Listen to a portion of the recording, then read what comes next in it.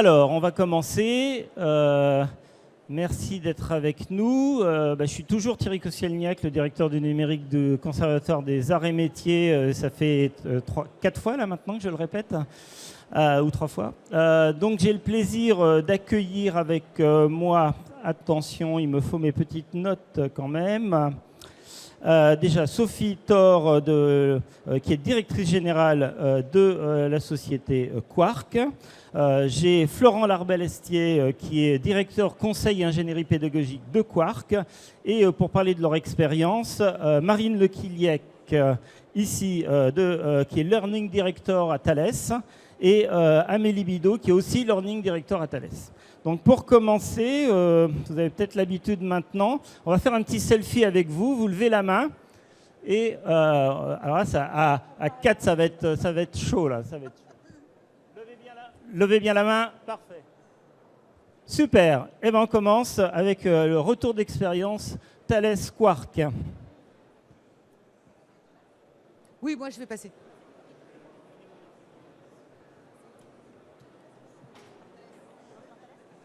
Donc bonjour à tous. Donc aujourd'hui on va vous faire un retour d'expérience sur un projet qu'on a mis en place en août 2023, un projet qui s'appelle Welcome in You.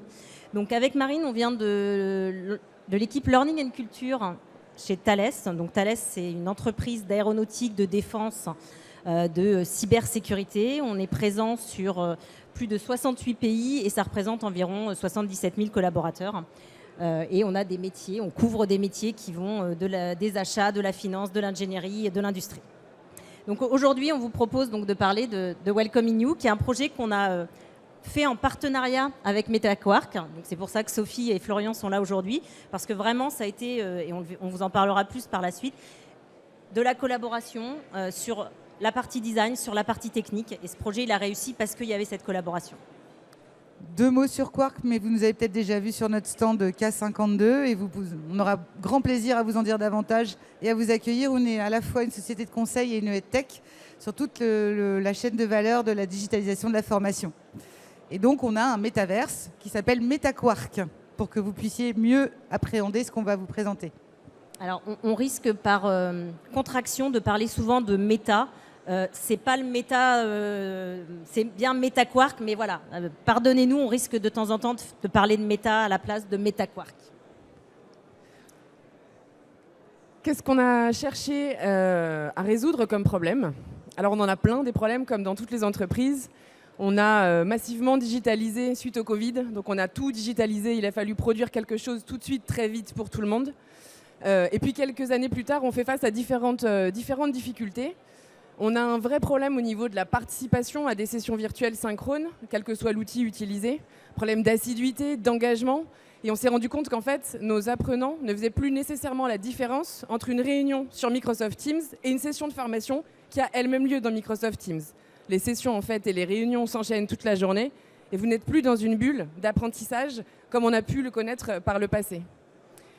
On a forcément perdu beaucoup en networking, de mise en réseau. On a des locaux chez Thales comme dans d'autres campus où vous pouvez, pendant les pauses café, aller rencontrer d'autres stagiaires, d'autres entités du groupe et découvrir plein de gens.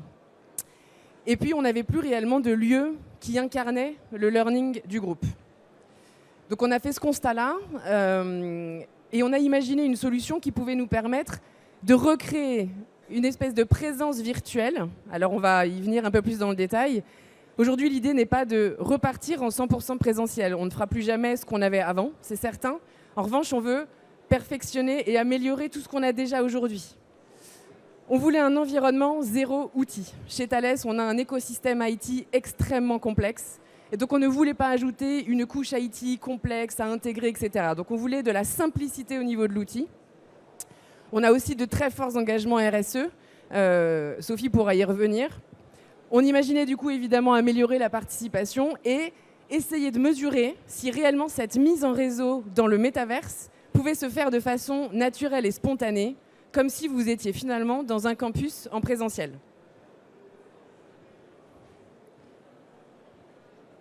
Alors de notre côté, on avait aussi des enjeux forts, évidemment. Vous doutez que pour travailler avec le groupe Thales et implanter une solution et non pas un outil, Effectivement, on avait un gros challenge technique et technologique à relever, à savoir que notre solution en fait, est accessible par Internet, mais même un accès Internet, c'est complexe dans votre structure. Et donc, on a dû lever un certain nombre de freins et trouver des solutions techniques. Ça a pris un certain temps, un engagement fort des deux côtés, qu'on doit souligner parce que vraiment, vous aussi, vous avez mobilisé beaucoup de monde. Et ça, c'était vraiment notre premier enjeu, mais on a réussi. Et ça a très bien fonctionné, mais vous allez revenir dessus après, j'imagine.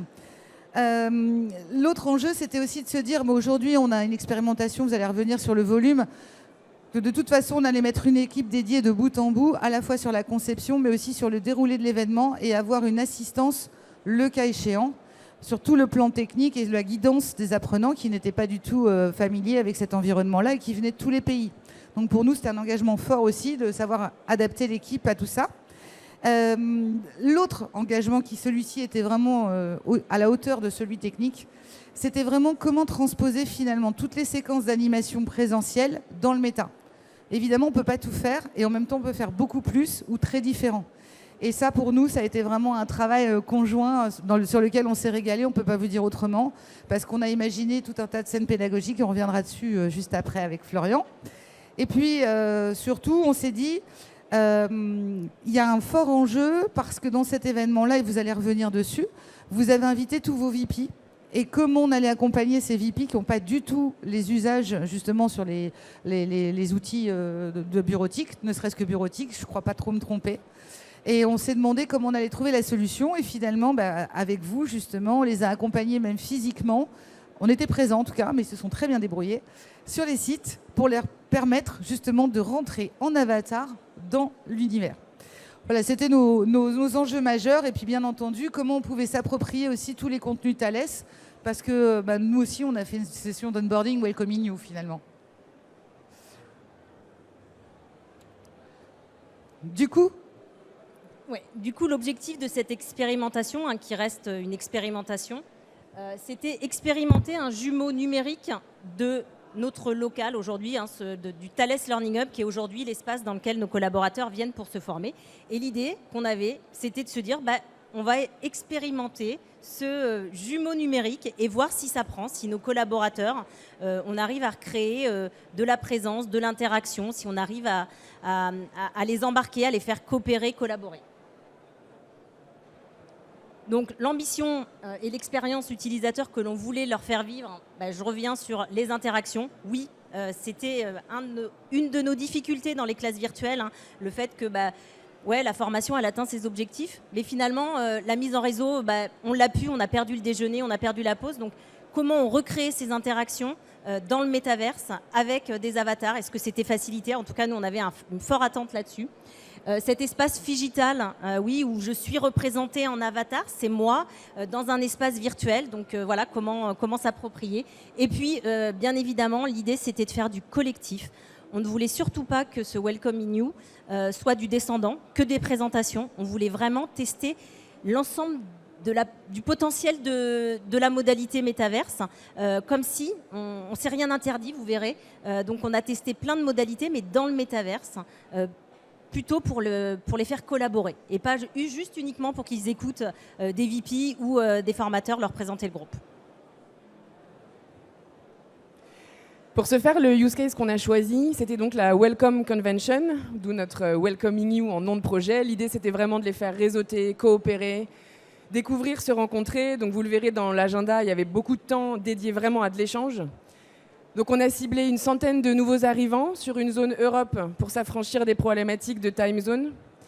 On a déroulé ce projet fin août, début septembre, et dans les niveaux de sécurité qui sont les nôtres, on est resté sur un niveau C1 pour s'affranchir aussi de cette contrainte de sécurité liée à la confidentialité de l'information. En image ? Allez. On vous montre ce que ça donne.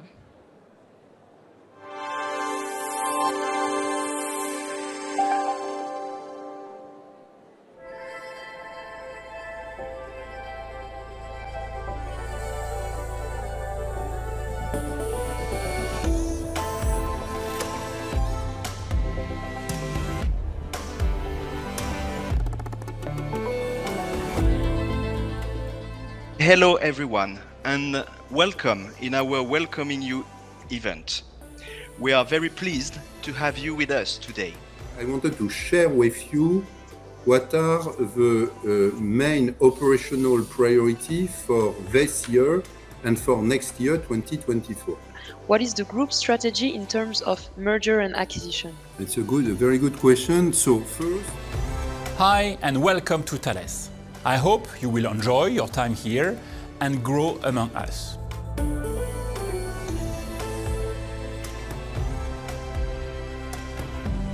Learning, so I think it's a good initiative to...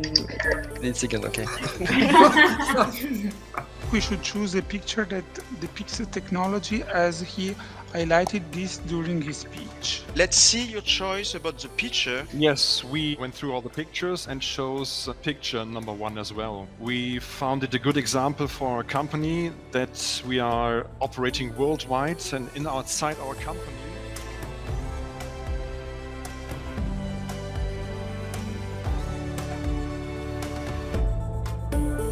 Newcomers, this is a serious time. It has been more than 5 days now that the International Space Station, the ISS, is no longer answering. We need you to find the 4-number code to reboot the system.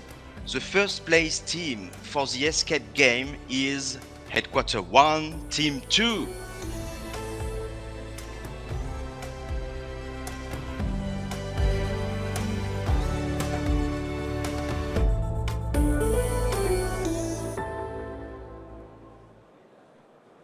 L'idée de cette vidéo, c'était vraiment de vous faire vivre l'expérience, parce que souvent, derrière le métaverse, on a du mal à se représenter les choses. Donc là, voilà, ce que vous voyez dans cette vidéo, c'est l'expérience que nos collaborateurs ont vécue pendant 4 demi-journées.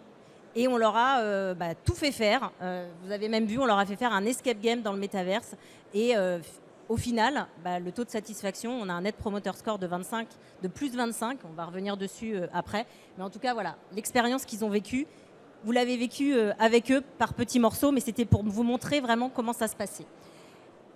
Au niveau de la pédagogie et de l'ingénierie de formation, on l'a repensé. C'est-à-dire qu'il ne faut pas se dire je prends mon événement présentiel et je le mets dans le métaverse.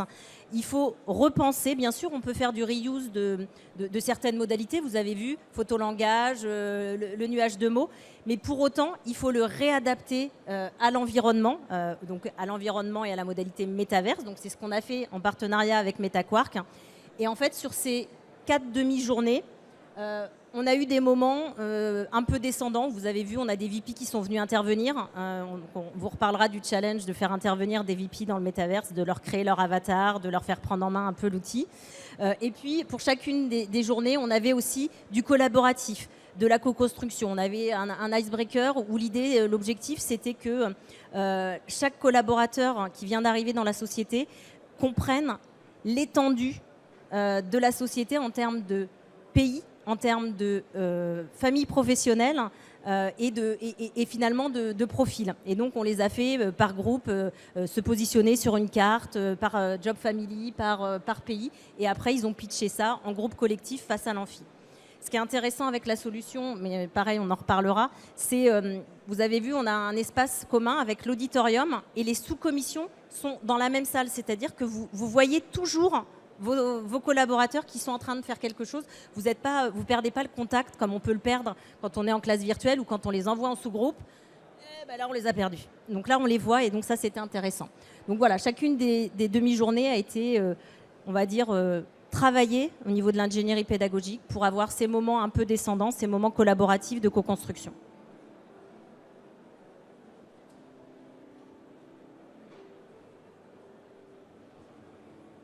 Alors, quelques indicateurs. On vous dit depuis quelques minutes que ça a été une superbe expérience réussie, que tout le monde était très content et on aime bien les data chez Thales. Donc, on va vous faire un petit rétex un peu data-driven. On a essayé de mesurer plusieurs choses à l'issue de cette expérimentation. La notion d'avatar, déjà, c'était quelque chose de complètement nouveau. Les personnes qui se sont inscrites sur la base du volontariat pour cette expérience, eux-mêmes ne savaient pas réellement ce qu'était le métavers. Donc on avait vraiment essayé de mesurer plein de choses. Ici, c'est bien évidemment la solution qui était tout à fait à la hauteur de nos attentes, mais ce qu'on a vraiment voulu mesurer, c'est l'expérience. Est-ce que l'expérience qu'on faisait vivre à nos collaborateurs était différente de ce qu'on pouvait leur proposer par ailleurs? Donc sur la notion d'être à l'aise, à l'idée d'être représenté par un avatar, une grosse majorité de oui. On a même eu sur certains verbatim des gens qui nous ont dit mais en fait ça libère complètement la parole. C'est-à-dire que c'est nous, on se voit, ce sont des avatars très réalistes, on y reviendra, mais ils se sentaient davantage à l'aise de poser des questions et de parler en étant représentés par un avatar plutôt que sur Teams avec une caméra allumée sur leur vrai visage, etc. En termes de facilité de navigation, de la même façon, on était sur une solution qui était extrêmement simple à utiliser et en termes d'interaction également.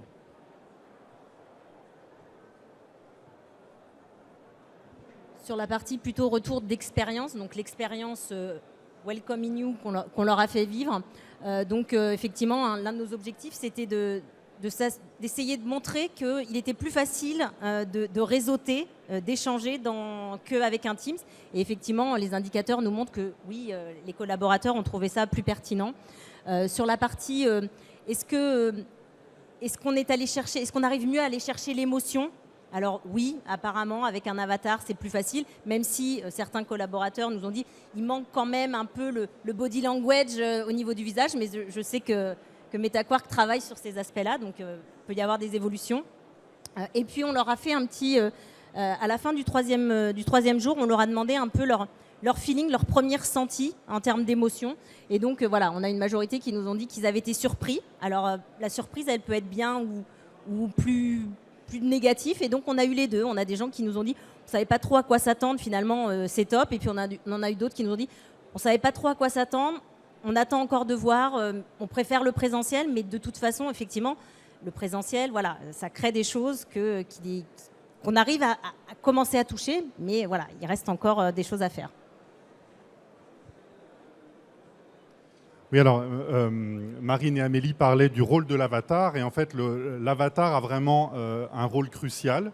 Il y a un véritable enjeu là-dessus, c'est-à-dire qu'on pourrait faire le choix d'avoir un environnement avec des avatars un peu imaginaires, et finalement nous on a fait le choix d'avoir des avatars qui soient le plus réalistes possible. Et là il y a une étude qui a été menée par le cabinet Artimon, justement sur l'importance de la vraisemblance des avatars. Et donc, ils ont étudié notre MetaQuark, mais aussi d'autres métavers.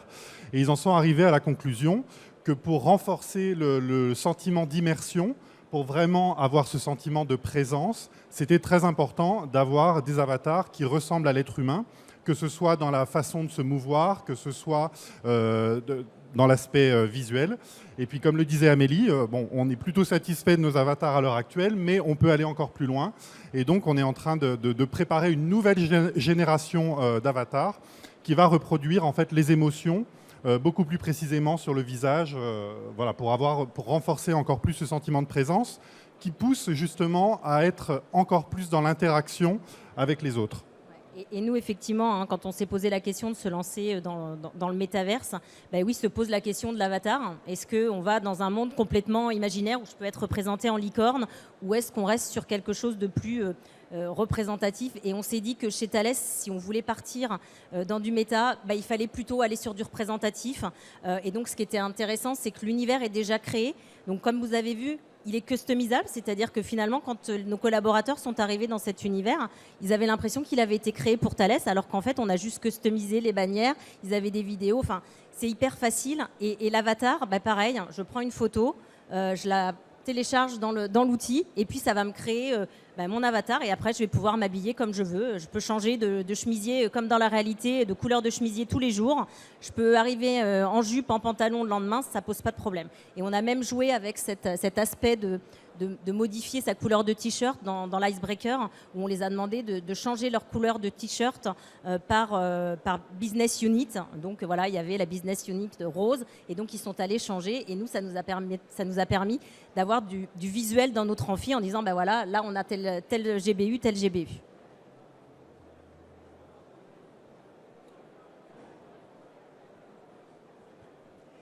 Alors pourquoi effectivement cette expérimentation a été réussie? Avec le recul et maintenant complètement à froid, On avait un vrai enjeu technique et encore une fois, ce n'était pas une barrière qu'on avait envie de résoudre parce que l'enjeu n'était pas de s'assurer que la solution que Quark proposait était adaptée à notre environnement SIRH. Nous, ce qu'on voulait encore une fois mesurer, c'était l'expérience. On a eu une proximité entre les équipes Quark et Thales qui a été décisive. Quand il a fallu parler avec les architectes IT Thales que nous connaissons bien maintenant, si vous voulez, on était un peu seuls, Amélie et moi, face à des gens qu'on ne comprenait absolument pas. Et je vois 2 de nos collègues dans la salle qui savent bien de quoi je parle. Et la proximité des équipes Quark a été réellement complètement décisive. On était en proximité totale. Comme le mentionnait Sophie tout à l'heure, on a eu un helpdesk pendant toute la durée de l'événement, ce qui nous a permis, nous, de nous concentrer sur certains autres petits sujets pendant que Quark aidait nos stagiaires qui n'arrivaient pas à se connecter, etc. Et dès le début, identifier vraiment tous les acteurs clés à impliquer pour être sûr que sur chacune de vos phases, vous avez sécurisé l'ensemble des éléments. Et comme on le mentionnait rapidement tout à l'heure, d'un point de vue pédagogique, pour nous qui sommes des ingénieurs pédagogiques, honnêtement, c'est absolument fabuleux. On n'a pas repensé en fait la pédagogie, on a réinventé et ça a été absolument incroyable. On a maximisé du temps pour la mise en réseau, chose qu'aujourd'hui on fait assez peu en fait. Dans vos agendas, sur des sessions, la moindre minute perdue, c'est une minute perdue. Donc on essaye d'y mettre des workshops, des débriefs, des restites, des workshops, des débriefs et on respire plus. Mais là on a pris le temps de respirer, les gens se sont parlé, se sont découverts. Et à l'issue même de l'expérience, alors qu'on avait un networking break, etc., dans les verbatims, on nous a dit plus de temps encore pour partager et pour échanger de façon informelle. Alors comme le disait Amélie, on a réutilisé assez facilement certaines idées d'atelier. Là, on les a repensées, mais tout ce que vous avez déjà qui marche sur Teams, de nuages de mots, de photolangage, etc., tout ça fonctionne très bien. Mais vous pouvez aussi vraiment aller beaucoup plus loin. On a créé un escape game, donc chose qu'évidemment sur Teams, on n'aurait pas pu imaginer une seule seconde. Donc ils ont découvert par le biais de 3 salles avec des énigmes, des infos sur le groupe, des vidéos autour de ce qu'on appelle nous les commitments, le leadership, nos engagements verts, etc. par le biais du jeu et en équipe. Et ça a été vraiment une des activités les plus plébiscitées de l'expérience.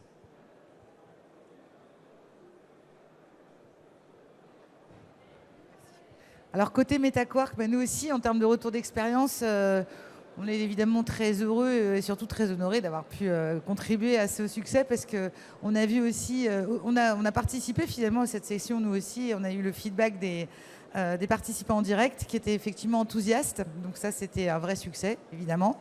Ce qui nous a aussi, ce qu'on a souligné, c'est justement le soin qu'on a mis à chaque séquence. Et on a eu rarement autant l'opportunité de creuser justement ces moments, ces objectifs pédagogiques, toutes ces minutes dont tu parlais, Marine, qui sont toutes utiles.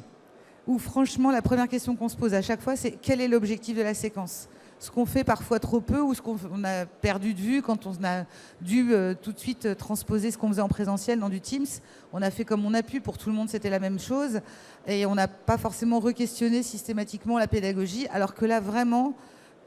Je pense que c'est vraiment un bijou de réalisation et c'était vraiment un plaisir de le confectionner avec vous. Ce qui nous a aussi, un facteur clé de succès aussi qui a été vraiment intéressant, c'est le timing pour se préparer. Parce que c'est 4 demi-journées. 4 demi-journées sans feedback, hein, donc on peut pas se rater. Faut sans filet. Sans filet, exactement. Et puis avec aussi l'envie pour chaque participant de revenir le lendemain. Donc on avait quand même à chaque fois un challenge tous les jours, on n'avait jamais fini. Et pour se préparer, finalement, on était dans le bon timing et dans la même énergie. Et je pense que c'est important. Si vous voulez, c'est un peu comme une pièce de théâtre. Ça fait partie des facteurs clés de succès, c'est de le rejouer, mais pas non plus trop, parce que sinon nous-mêmes on se lasse, alors qu'en fait on a vraiment très envie que les participants s'amusent, tout en apprenant évidemment. Donc ça, c'était aussi quelque chose d'important. Le fait d'avoir aussi un monsieur loyal, notre Florian National, qui a pu aussi conduire de notre côté cette intervention de bout en bout, mais de votre côté aussi. Et ça, il y avait vraiment une grosse connivence, j'ai envie de dire, qui était très intéressante et très importante pour les participants. Il y avait vraiment cette notion de fil rouge tout au long des événements qui ont aussi participé, contribué finalement à l'expérience apprenant très positive. Et puis, on a observé, on le savait déjà, mais vraiment les facteurs clés de succès, c'est pas hésiter à répéter les consignes. On a l'impression qu'on se répète. Vous savez, c'est comme en présentiel, on délivre un exercice, tout le monde est là, oui, oui. Puis en fait, vous partez dans les sous-groupes, puis tout le monde dit qu'est-ce qu'il faut faire déjà. Et donc ça, on n'a pas du tout hésité à le faire, à le préparer, à l'enregistrer dans les bots qui sont intelligents, de manière à ce que chaque participant puisse à nouveau réinterroger qui le voulait autant de fois qu'il voulait, pour avoir la consigne de l'exercice et vraiment leur faciliter la tâche, c'est-à-dire que pour chaque livrable, tout avait été préparé en amont, ils pouvaient télécharger les contenus, ils pouvaient les visionner autant de fois que possible. Et puis surtout, le contenu était très très riche parce que de votre côté, vous aviez beaucoup anticipé aussi toute cette capacité à pouvoir enrichir ce qu'on ne peut pas faire en présentiel. Il y avait beaucoup d'espace dédié justement au display pour pouvoir déposer du contenu en supplément. Et on s'aperçoit que les apprenants étaient avides finalement de connaissances, ce qu'ils n'auraient pas forcément pu faire en présentiel. Donc voilà ce qu'on avait envie de vous citer, évidemment. Bien sûr, ce qui nous a aussi fait partie de ce que vous disiez à l'instant, hein, c'était toute la partie interaction qu'on a mise en place sans arrêt. Ils n'avaient pas le temps de s'embêter et je crois qu'ils sont repartis avec cette idée. Merci beaucoup. On va garder encore quelques instants pour des questions. Donc, manifestez-vous dans la salle, s'il vous plaît.